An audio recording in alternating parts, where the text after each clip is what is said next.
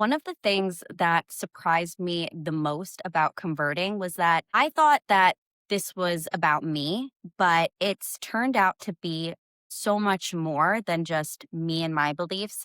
It has expanded to my children. And that's something that I didn't expect. And I really wasn't sure how I wanted to handle that, navigate that, process that. My kids are Jewish. They both had a bris and they went to a Jewish preschool growing up. And I did too. I really never saw this change coming. But I started doing a couple of things to immerse them in the Catholic experience, and I have zero regrets. I think I mentioned before that every single step that I've taken thus far in this direction has only led me in this direction. So, regarding my children, I mentioned in my last episode that I wanted my children to grow up with faith and with a belief system. I needed to feel connected to it in order to decide to put that influence on them. And I didn't know how I was going to do that until I found Catholicism myself. So right now, my kids are 5 and 6. And what I'm focused on spiritually with them is learning about God and learning how to pray. So I think those are the two things that I am focused on the most. Learning about God is teaching them lightly about God.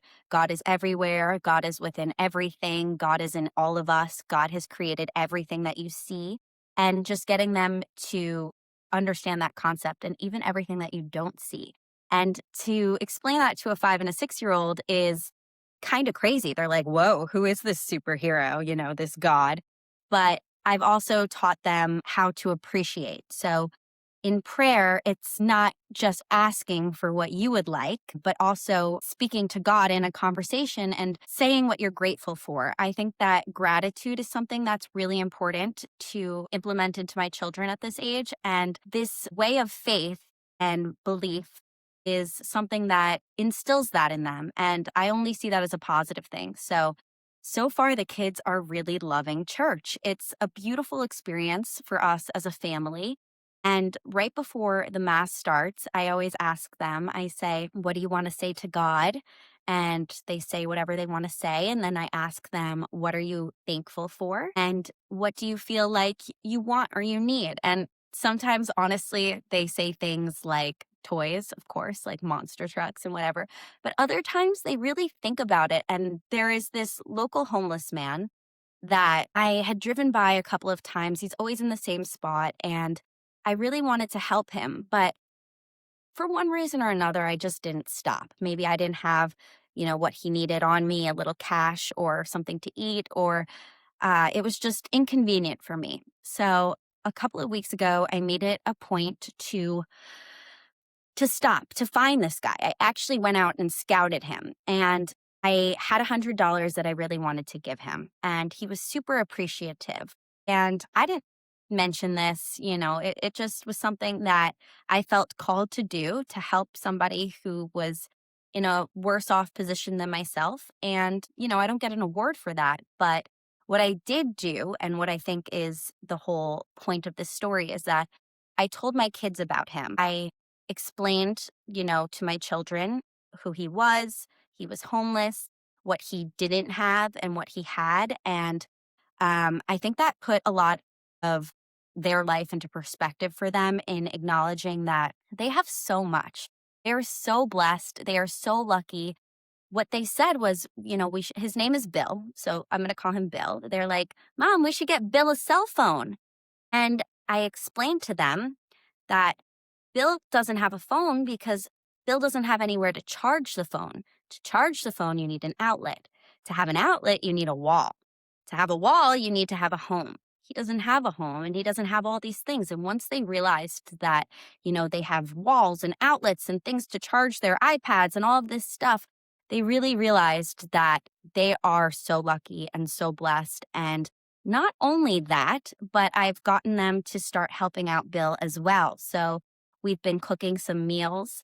If I see him when I'm with the children, we'll stop and say hello. There is also the very real aspect to this that Bill is homeless for a reason, and he's absolutely suffering with some sort of addiction. Sometimes we'll see him around, and for lack of a better term, he's clearly on something. And I do also have to protect my children. So we don't always say hello, but they have a new appreciation for the things that they have. And I was able to give that to my children by following the way of the Bible and giving them some real world experience with that. And I have only noticed that since then, they always are thinking about Bill, which I think is so kind. And they're being brought up with good values. And I feel really good about that as a mom.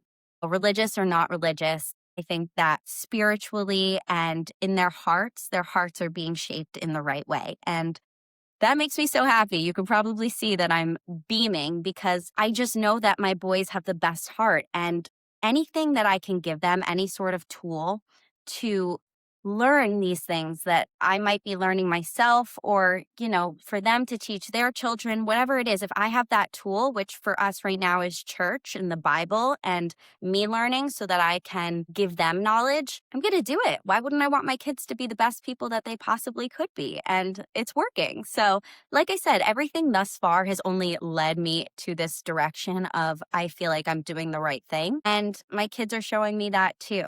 So, I just wanted to touch on, bringing my kids to church and what I'm going to do going forward. So this sounds a little corny maybe, but I truly feel like God's hand is leading me in this direction and taking me on this journey. So I think you've all probably heard, you make plans and God laughs. Well, I'm not planning because God has laughed at me plenty and I get it. Okay. I hear you. No plans, okay? It's all yours. But this is kind of what I think I'm going to do. And don't quote me or hold me to this because that might change. It's his will, not mine. So um, I plan on bringing up the children, call it Judeo-Christian. I truly want them to be brought up with the entire Bible. So I think that the Old Testament and all of the old ways, you could call it, basically what Jesus preached and believed himself and practiced is all still important and relevant. And those traditions are ours and we've grown up with them. And I think that they're beautiful and I want to keep that for my kids. So they have already had some introduction to Judaism, and I continue to expose them to our Jewish traditions and values, and they're learning those things. But now I'm also adding the New Testament. And I mentioned in my last episode that my priest said that I am like the Bible and that I'm a Jewish woman converting to Catholicism. And I loved that because the Bible is what brought me to this journey to begin with. And just the fact that I've connected and resonated with the Bible so much, like so many other people have, confirms that this is the right thing. I've gotten a lot of questions like, won't the children be confused? They don't know what they are. I am just explaining the way that I'm going to intend to bring them up. At the end of the day, much like it was my own decision, if the children decide that they want to be anything other than what they were raised by, they absolutely have that choice. I think it's really important to be brought up with faith, but also to choose to believe what you believe, because otherwise you're not really believing anything. And if you sit down with yourself to think about what you believe, and this isn't a 30-second, close your eyes kind of conversation. This is a whole journey that it's been for me. And I'm reading in the comments of my last video that it's a journey that a lot of you have been on as well. So this isn't like a quick conversation with yourself, but I want them to be brought up with all of the tools that I could possibly give them for them to then make their own choice when they are older. And it might not be to be religious or spiritual at all. Whatever it is, I don't really see that happening. But again, you make plans and God laughs. Whatever it is, I'll be supportive of them as long as they're doing the right thing. As long as they're doing the right thing. I'm just really glad that I have brought my children into the church and that we are all having a great experience there so far. And if you're a parent and you're wondering, what you should be doing spiritually with your child, I'm going to say, I am not preaching. Don't ask me, but I will share that I'm having a great experience so far. So I also wanted to mention that anything that I speak about on this spiritual journey is my own, and I appreciate anybody's thoughts, comments, whatever, positive, negative, I get them all. But I'm just sharing. I'm not preaching. I'm not telling anybody what they should be doing. I just want to share my experience so that maybe it resonates with somebody and somebody can say, I feel the same way and I want to give that a go. I just like to share and connect with people who are in similar positions. So I had I think it's the third class now of my conversion classes, and they're called RCIA or OCIA classes. And I feel like such a nerd. I think I'm the only person in that class that is genuinely just immersed in this experience. I am like that kid in the front row. I'm actually not sitting in the front row of the classroom, but I'm just so into it. And like I said, there is so much history to be learned here, and I love history. So learning about that has been awesome.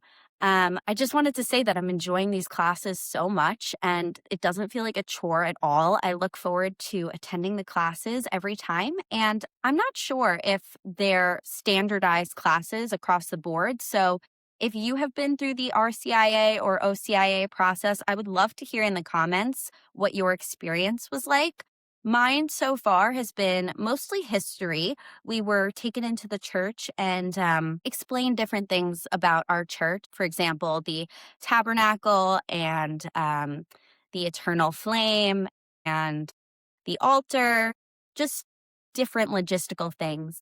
Lighting a candle, saying a prayer to Mary. And this is something very controversial. I've learned that Catholics do not pray to Mary, and that could be confusing. So I asked my priest about that, and I said, can you help me explain this? Like, I see Mary is right there on the wall, and right below her, there's a statue of her, and right below the statue are these candles that people light. So what are they doing if they're not praying to Mary? And he's explained it like this, and maybe, take what you want from this.